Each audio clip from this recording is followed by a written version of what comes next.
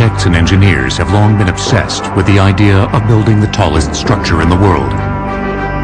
From the ancient pyramid of Khufu, which stood as man's highest creation for 43 centuries, before being eclipsed by the Eiffel Tower, to the 20th century's skyscrapers, which jostle for top rank as they push ever higher. The desire to be on top, looking down, is an enduring one. But all these magnificent structures fall far short of a stark utilitarian tower that rises up from the plains of North Dakota to a vertiginous height of 2,063 feet. Meet the KVLY Broadcasting Tower. Its antenna stands 356 feet higher than the tip of the antenna on the Sears Tower, higher than any other structure on Earth. They are very impressive structures, and yet when you drive by them, they don't look like much. In fact, they're even hard to see under certain conditions. But there's an awful lot of very sophisticated engineering that goes into designing them. FM and television waves can't go around obstructions, and thus require a very high launching pad to reach the desired coverage area. In regions of the Midwest and South lacking tall mountains, the solution is to build a tower of extreme height, like the KVLY tower. The most characteristic design feature of broadcast towers is this steel lattice framework, which is bolted together in 20 to 40-foot sections, all the way to the top. A less noticeable but crucial part of the tallest towers are thin steel cables called guy lines. These high-strength pre-tensioned cables stretch down from the tower at several vertical points and are anchored into cement foundations on the ground. Basically, a guy cable is a tension element. The only force that it sees is tension. It can't take any other force. The guy cables are not carrying any gravity loads or any weight. They're only resisting the tendency for the wind to push the tower over. Since they anchor the tower to the ground, guy lines prevent antenna towers from being considered the highest freestanding structures in the world. They can also play a key role in a tower's collapse. This is the view from an antenna tower in Missouri City, Texas, on the final day of its construction, December 7th, 1982. Known simply as the Senior Road Tower, it was to be 1,971 feet high. Less than 100 feet kept it from being the tallest structure in the world. An hour after these pictures were taken, it would be reduced to a crumpled mass of steel. The basic tower structure was complete, and the first portion of the antenna had been installed.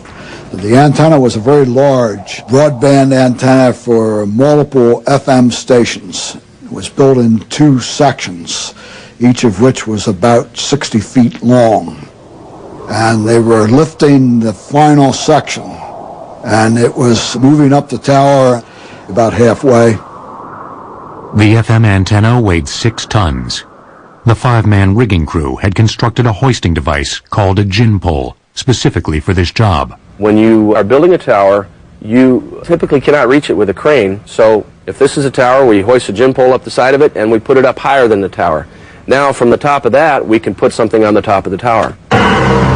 In a dangerous maneuver, 3 of the 5 men were riding inside the antenna as it was being lifted, while the other 2 were on the tower itself. You're mostly focused on the work that you have to do and the task at hand and staying alive and not falling off. At about the 1,500-foot level, the U-bolts on the clamp bearing the weight of the antenna failed. The antenna and the men attached to it fell toward the ground. Oh my God! At 1,000 feet, the antenna sliced one of the 27 guy lines that held up the tower. The tower sprang in one direction, whipped back the opposite way, and collapsed with a thunderous roar.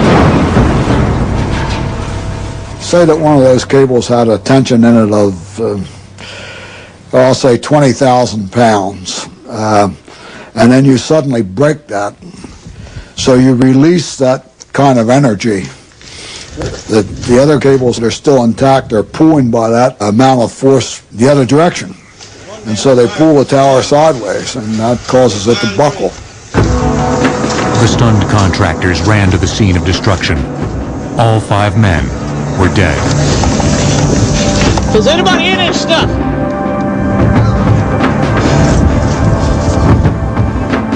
The transformation from sky-high tower to tangle of steel took 17 seconds. The total collapse of the Senior Road Tower was caused by the guy line snapping. But the disaster was set in motion by the failure of the half-inch diameter U-bolts on the gin pole. During the subsequent investigation, analysis would show that the shear strength of the bolts was half what it should have been. Some observers believe these small puffs of smoke are actually debris flying off the bolts as they snapped. According to the investigation, the riggers had not consulted with a licensed engineer when selecting the U-bolts. Tall antenna towers and the brave men who work on them are still at risk during construction and maintenance. Between 1992 and 2002, 163 people died in tower accidents. For engineers, the challenge is to reduce the risk of catastrophic failure during moments when the forces acting on the tower are being shifted. For instance, if they're replacing a brace, what happens is they go up there and they take that brace off. Once they take the brace off the tower, now the tower is vulnerable. Natural forces also pose a threat. Ice and wind, especially acting together, can bring a tower down. So you have the weight of the ice itself, and then you have the increased area that's exposed to the wind due to the thickness of the ice coatings. And this can increase the wind forces considerably. But it's the collapses during routine construction and maintenance that continue to echo lessons not learned from the tragic Senior Road Tower disaster. These collapses, which most often involve the loss of human life, are the most preventable. It is an industry that does have some hazards to it during construction, and you certainly have to be extremely careful. And there's been a big increase in the attention being paid to the safety issues during construction. Which is good, because humanity's hunger for instant information, communication, and entertainment is only increasing. Communications off of towers and mountaintops and broadcast sites is the backbone of our entire society. With all of our communications, police, fire, ambulance, television, radio, two-way radio communications, all sorts of communications are being handled by these tower sites that you don't even realize. Another vital resource moves all around us 24 hours a day. Oil. We don't think about it until disaster strikes. If a baseball were dropped from the KVLY tower in North Dakota at the beginning of this sentence, it wouldn't hit the ground until 6 seconds into the next commercial. Engineering disasters will return on Modern Marvels. We now return to engineering disasters on Modern Marvels. It grabbed front-page headlines and filled television news time for months. The images of dead and dying wildlife and hundreds of miles of pristine coastline choking with crude oil saddened and angered the public. Another image was burned into the public's consciousness as the media focused on an allegedly drunken captain who had steered his boat into a reef. But there's a lot more to the story. The Exxon Valdez oil spill, the worst in U.S. history, was also an engineering disaster. The human element in the Exxon Valdez is multidimensional, and people focused again on the simplistic issue of the Captain Hazelwood. And we like to be able to point the failure at one person or one thing, and you know, if Joe Hazelwood had not had that last drink, everything would have been okay, and not seeing the complexity of the incident. We're approaching the Exxon Valdez. She's hard aground. She got the starboard slop tag, the starboard wing tank, and possibly 5 center are impacted. The grounding of the tanker Exxon Valdez on Bligh Reef occurred at 4 minutes after midnight on March 24th, 1989. A clear night with calm seas. You can see a black oil line right here. The vessel has lost 105,000 barrels of oil so far. The massive tanker, nearly as long as the Chrysler Building is tall, was carrying 53 million gallons of North Slope Alaskan crude. Oil from the North Slope makes an 800-mile journey through the Trans-Alaska Pipeline to the port of Valdez, where it's pumped into tankers. The North Slope oil and the pipeline to Valdez and the sea leg from Valdez to the west coast of the U.S. was a highly political decision when it was created. You may remember that the bill to create the pipeline was passed on a tie vote. The immediate cause of the accident was fairly simple. Captain Joseph Hazelwood had ordered the ship to leave the outbound shipping lane and head inward to avoid icebergs, a fairly common move in Prince William Sound. Hazelwood then left the third mate, who had steered supertankers through the Sound 25 times previously, in command of the ship. To re-enter the shipping lanes before running into Bligh Reef, the Exxon Valdez would have to make a hard right turn. This is not a sports car you're driving. This is a 200,000 deadweight ton tanker. And when you give a rudder command or an engine command, it doesn't instantly change. The third mate had a relatively inexperienced seaman assisting him with the turn. The 987-foot tanker failed to make the turn in time. Traveling at 12 knots, the ship slammed into the rocky bottom of Bligh Reef and ran full aground. 8 of its 11 cargo tanks were torn open. Oil gushed freely into the sea. 11 million gallons would enter the water. In his call to the Coast Guard, Hazelwood made one of the great understatements of all time. Should be on your radar there. We fetched up hard to ground north of Goose Island off Bligh Reef. And evidently, we get some oil. Human error had played its part, but the ensuing disaster would reveal a fatally linked chain of engineering as well as human failure. The most immediate failure was with the ship itself. When the Exxon Valdez happened in 1989, when that ran aground, the whole issue of these monster ships that carry these massive amounts of oil, the issue of the ship having only a single hull came to light. The Exxon Valdez was only 2 years old, yet only 3/4 of an inch of steel was all that stood between millions of gallons of oil and one of the most environmentally sensitive areas of the United States. The long-awaited catastrophe of the single-hulled supertanker had arrived. When the controversial Trans-Alaska Pipeline began operations in 1977, it came with promises that all tankers would be outfitted with double hulls. Think of a U for a cross-section of a supertanker. Then think of a smaller U inside with a 10-foot difference in between. So it's basically a hull inside a hull. That's why they call it a double hull. And so if there is an impact, the energy of that impact hopefully is taken up by penetrating the first hull but not the second one. The double hull was a promise not kept or enforced. In 1989, nearly all of the tankers leaving the port of Valdez had a single hull. But the ship itself was only part of a complex oil transport system that had broken down. A systems failure. There were assurances given by the oil companies that it would be operated in a fail-safe mode. And sometime between 1977 and 1989, the operations of the system had degraded to a point where a very severe accident could occur. When you get to a system where one mistake means that you lost the whole thing, then you really haven't designed the system very well. A key part of the system's failure was inadequate radar. Shortly before the disaster, the Valdez Coast Guard station's radar crews had been cut in half, and the radar itself had been replaced with a unit that was no longer capable of detecting Bligh Reef. So when the Exxon Valdez was heading for Bligh Reef, it was not under any external radar coverage. Reductions in the tanker's crew size, nearly 50%, further increased the chance of disaster.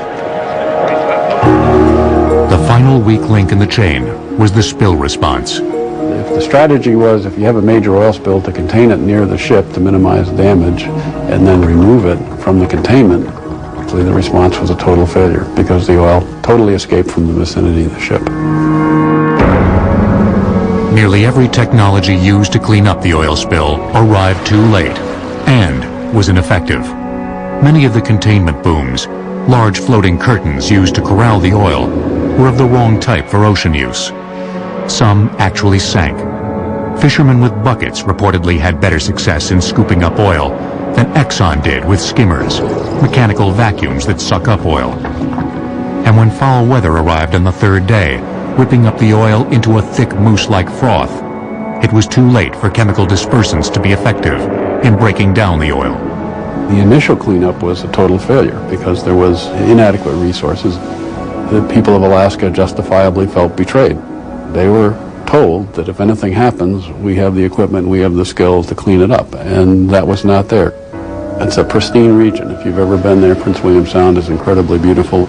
So the environmental damage was proportionally very high for the amount of oil spilled.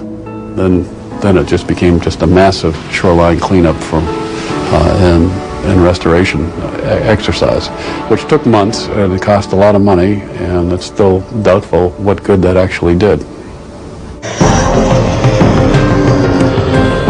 The good that did come out of this disaster, and the Oil Pollution Act of 1990, came in the form of better tug escorts, which can tow or nudge the giant tankers away from danger. GPS systems in concert with improved radar, dramatically improved cleanup technologies, and a mandate that all U.S. tankers have double hulls by 2015. The accidents have always led to the change of design. Engineers, we learn from previous screw-ups, and we look very carefully at previous engineering disasters. While oil spills continue to plague the seas, at least one region, ironically, is ready. The irony is probably the only port in the world where you are absolutely prepared for a major oil spill is now Valdez. If preventing man-made disasters is difficult, engineering for natural disasters, especially earthquakes, is a mammoth challenge. California.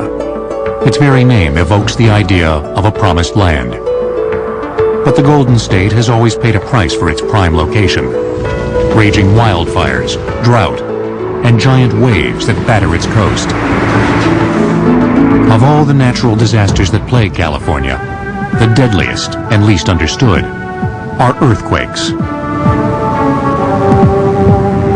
The threat of the big one will always pose a daunting challenge for the state's engineers. It's not like these hurricanes where you can line up and prepare. I guess the bright side is we're kind of competing against time. The longer this big earthquake takes to occur, the better prepared we're getting. The most painful lessons have taken place at the vulnerable connecting points of California's gigantic circulatory system. Freeway bridges. One particularly tragic incident sent shockwaves through the engineering community. The collapse of the Cypress Viaduct structure in Oakland during the 7.1 Loma Prieta earthquake on October 17, 1989. The quake lasted 12 seconds, and although the epicenter was 50 miles to the south, the worst structural failure and greatest loss of life would occur here when a 1.25 mile upper deck section of the 880 freeway pancaked onto the lower deck. 42 people died, crushed in their cars. The detached, unstable structure made rescue efforts difficult and dangerous. It was a progressive collapse. A failure occurs in some localized area, and because of that failure, the loads then are exceptionally high as they're transmitted to other parts of the structure. The immediate cause of the disaster was the failure of certain support columns. The intense horizontal movement of the earthquake caused the columns to shear outward, leaving the upper roadway no place to go but straight down. The top part of the roadway had relatively small columns, and there were deficiencies right where the columns from the upper level sat on, or essentially met the roadway at the top of the first level. The column failure demonstrated an especially cruel quirk of earthquake behavior. Most structures are designed to resist vertical loads. When you have the earthquake, you're applying lateral loads. And so for good earthquake design, you must not only design the structure to take its weight, but you must design the structure to take these lateral loads that would tend to push it over. When the Cypress Viaduct was completed in 1957, it was the state's first double-decked freeway bridge. Engineers thought they had built in sufficient redundancy by designing it with 2 sets of columns instead of 1. But they didn't count on the dramatic increase of destructive force caused by the ground itself, a phenomenon known as soft soil amplification. The Cypress structure is located fairly close to the San Francisco Bay, and the soils underneath it tend to be soft soils. They call it bay mud. And at the Cypress structure, there's the ground accelerations, which might have been 0.05 G, are amplified, so by the time you hit the foundation of the Cypress structure, there may be 0.25 G, or a 5-fold amplification. G measures the rate of ground acceleration as a percentage of the Earth's gravity. The Cypress was built to withstand only 0.06 G. This flaw stems from the fact that the Cypress, like many of California's freeway bridges, was built during a 30-year lull of major earthquake activity. There simply hadn't been enough big quakes to learn from. Fast forward to 1994. The California Department of Transportation, or Caltrans, began building a new, meticulously engineered Cypress viaduct in the shadow of its former self. But just as work was beginning in Oakland, the 6.6 Northridge earthquake struck, 400 miles to the south in Los Angeles, where 8 freeway bridges collapsed, some shearing in half, others simply falling down. Only the earthquake's timing, it struck at 4:30 a.m., kept freeway fatalities low.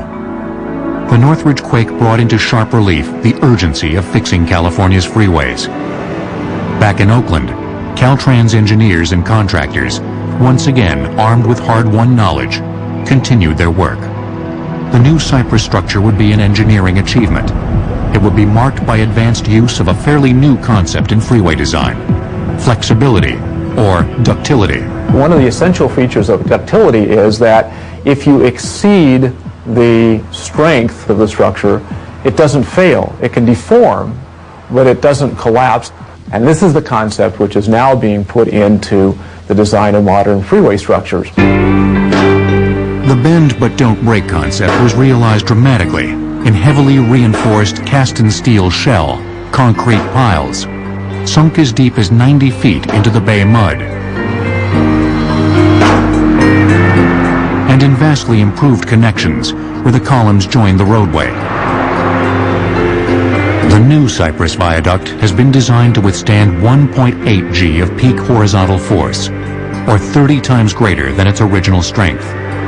It's a model for the future of California's 12,000 miles of freeway, and the type of extreme engineering needed for those who live in the seismic hot zone.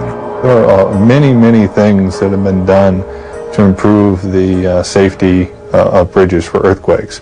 And by and large, through a learning process, the bridges are a lot safer in California now than probably anywhere else in the world. That doesn't mean we still don't have more to do. But in the heart of America's coal mining country, a blatant failure of engineering would be necessary to spark reform. During the 1995 Kobe, Japan quake, a 1/3 mile section of expressway collapsed, killing 16 people.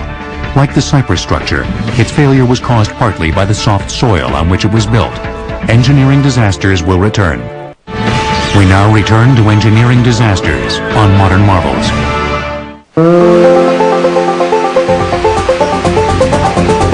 This is Buffalo Creek, West Virginia, a steep, rugged valley in the heart of Appalachia. The surrounding region of Logan County became known as the birthplace of the Hatfield-McCoy feud, and later as one of the most prolific producers of coal in the United States. But since February 26, 1972, it's better known as a place torn apart by a dreadful engineering disaster, one that killed 125 people and forever altered a community.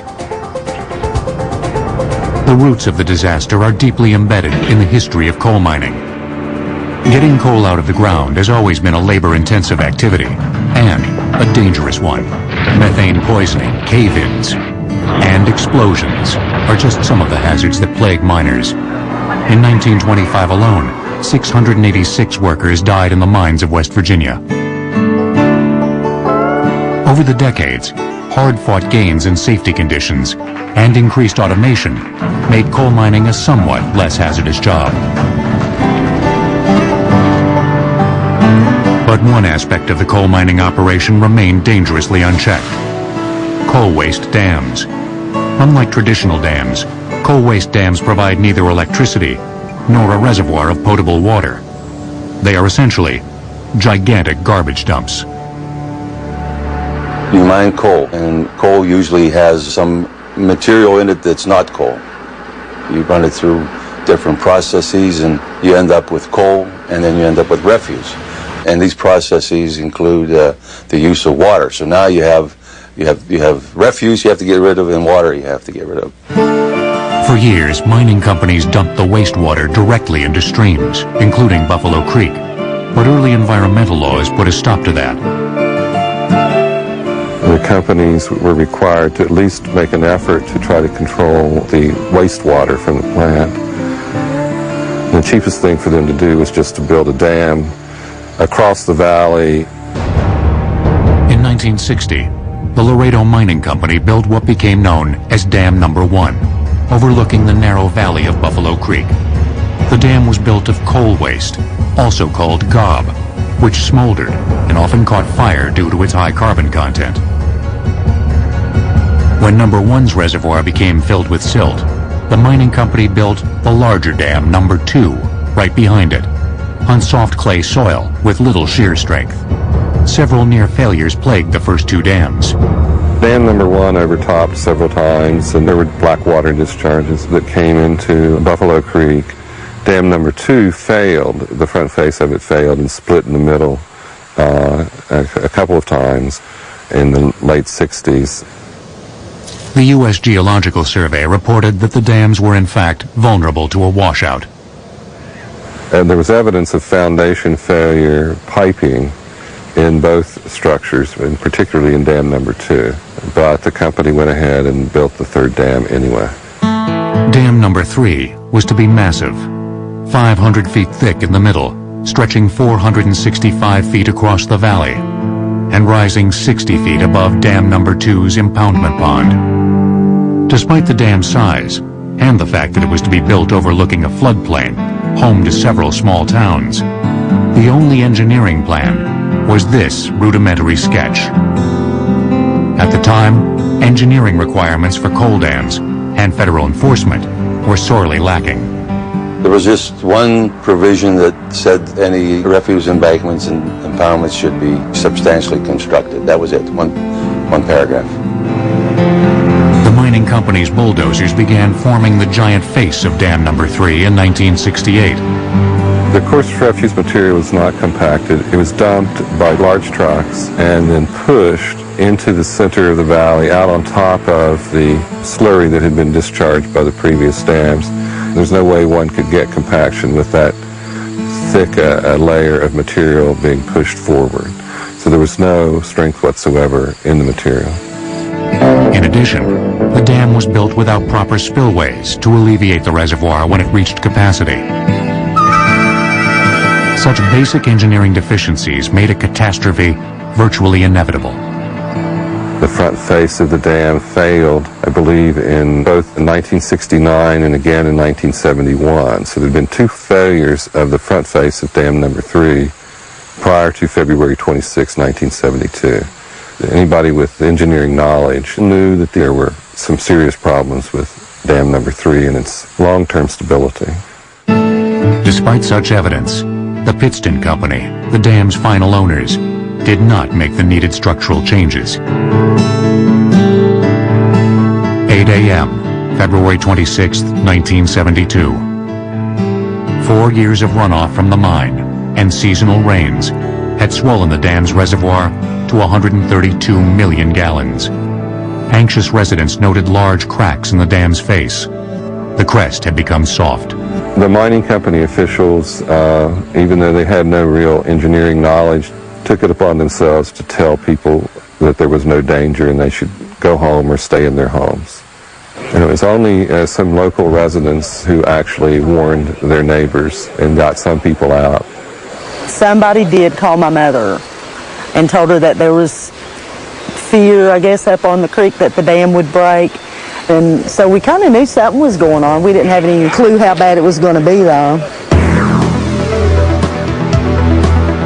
Water had saturated so deeply into the dam's interior that a third of its face slid off into the impoundment pond of Dam Number 2.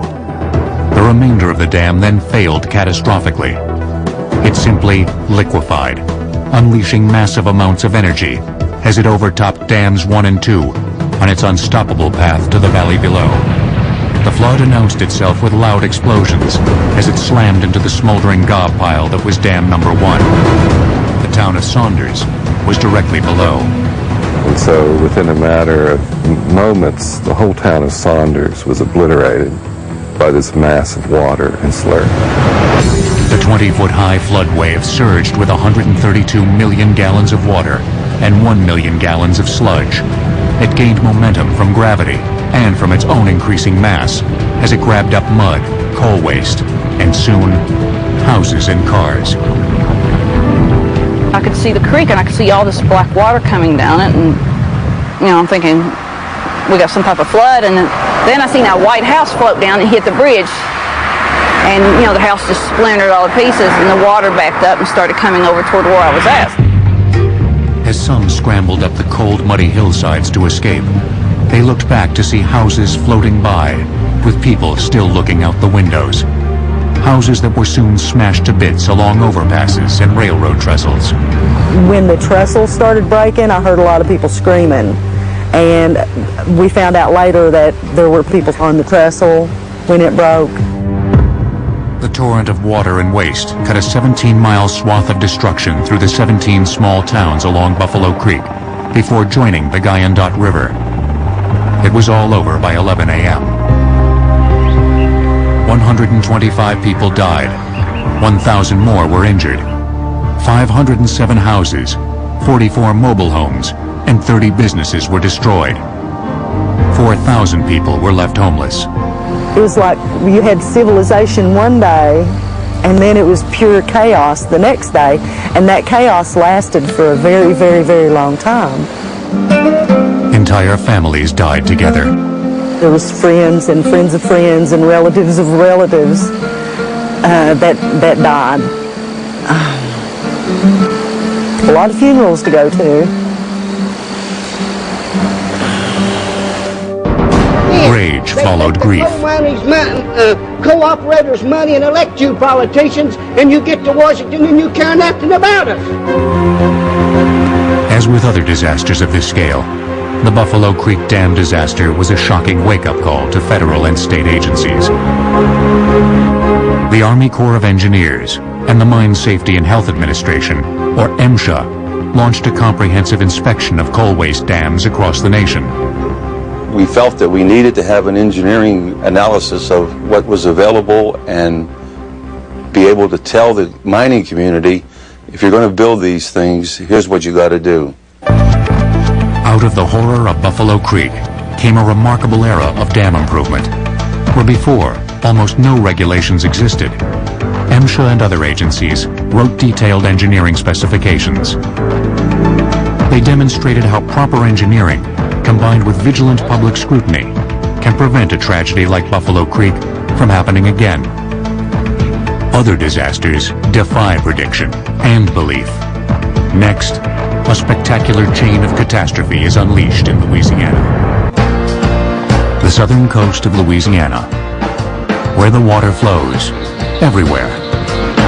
Shallow lakes full of catfish, broad bayous, canals dotted with shrimp boats, all leading to the Gulf of Mexico.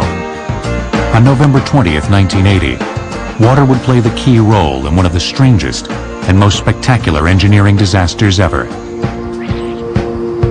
This was once the shaft of the Jefferson Island salt mine, where men had been pulling salt out of the earth since 1919.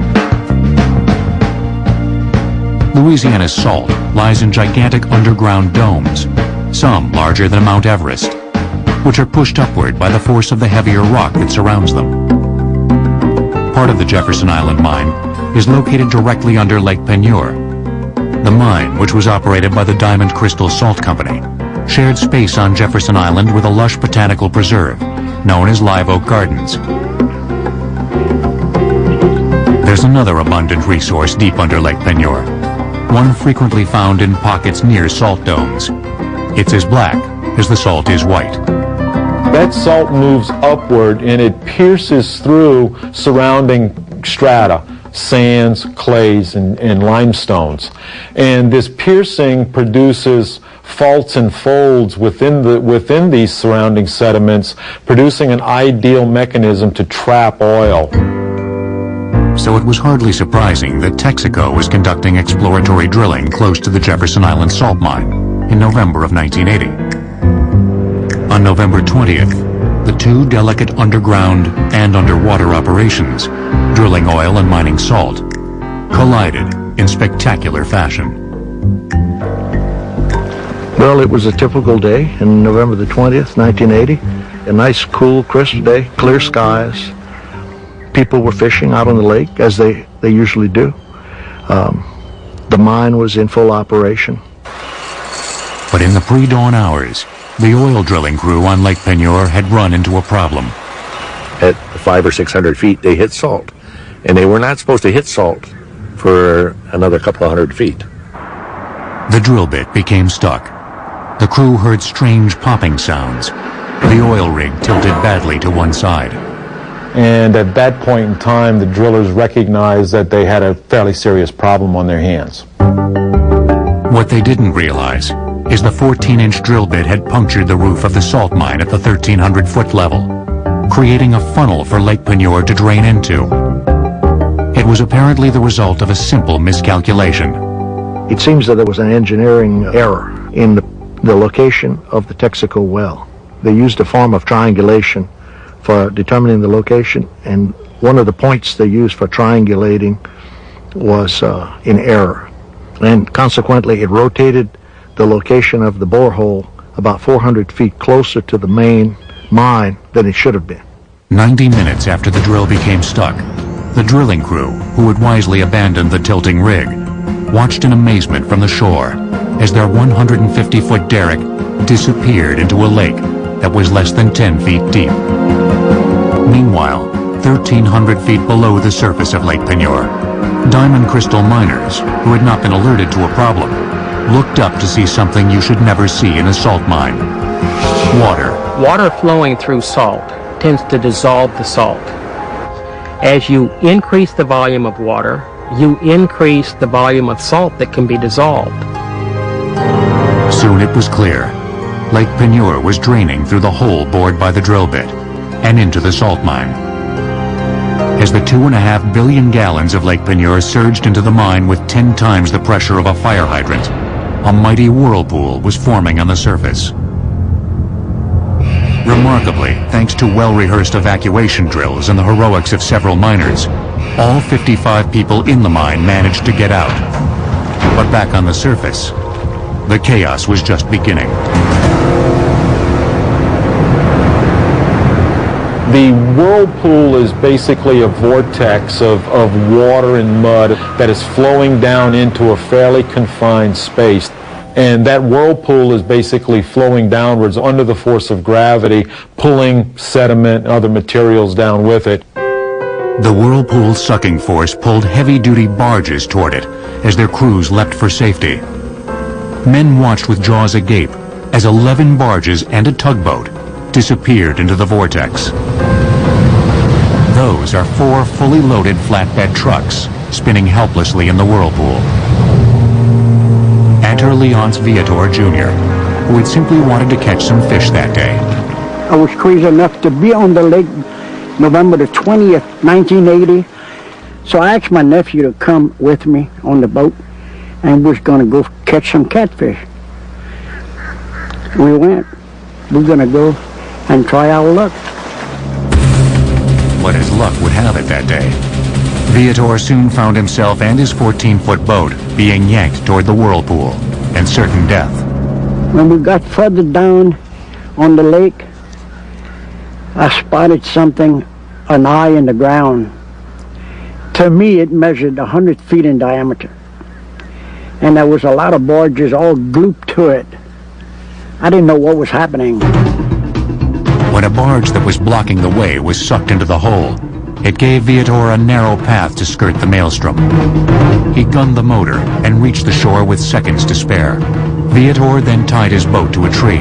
When I looked like this, I seen my boat that I had tied to the tree, and there it was going into the whirlpool. So that's the last thing I've seen, my boat tied up to the tree going into the hole. By that point, the whirlpool was sucking down Jefferson Island itself. Before evening, 65 acres of land, including much of Live Oak Gardens, would end up at the bottom of the mine. 150-year-old trees were snapped in half.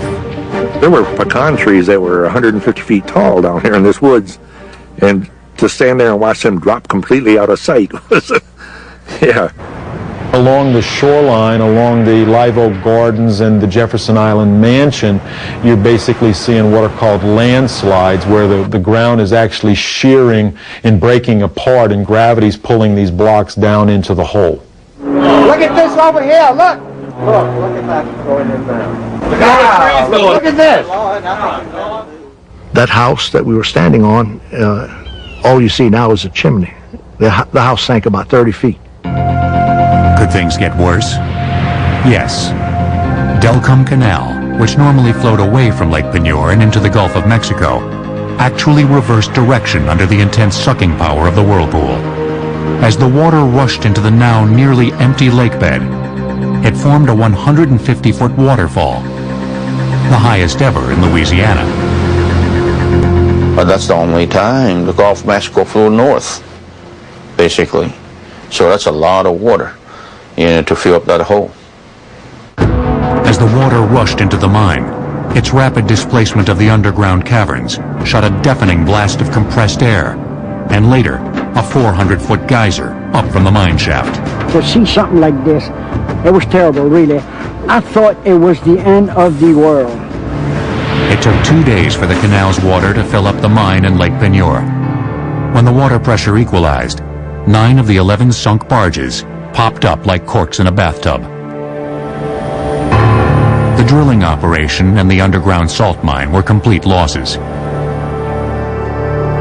The cause of the disaster was never officially determined, since all the evidence was at the bottom of a 1,500-foot water-filled salt mine. But there's no definitive evidence that the mine itself was structurally unsound. The culprit was most likely a 14-inch wide drill bit. This engineering disaster did have at least one positive effect. It made Lake Peigneur a little more interesting. It's a shallow lake, and now we have part of it that's a deep lake. So it's changed the type of fish that live in the lake, and we catch redfish and saltwater species that were not very prevalent here before. But not everyone is planning a fishing trip to Lake Peigneur. What I went through and got out of there alive, I don't care for it, really. I prefer buying my fish. It can hardly be said that the Jefferson Island disaster had a happy ending. The loss to livelihoods and cherished property was devastating. Yet the fact that no human beings perished was fortunate indeed. For if there's one lesson to take from this strange engineering disaster, it's that a small mistake can have huge consequences.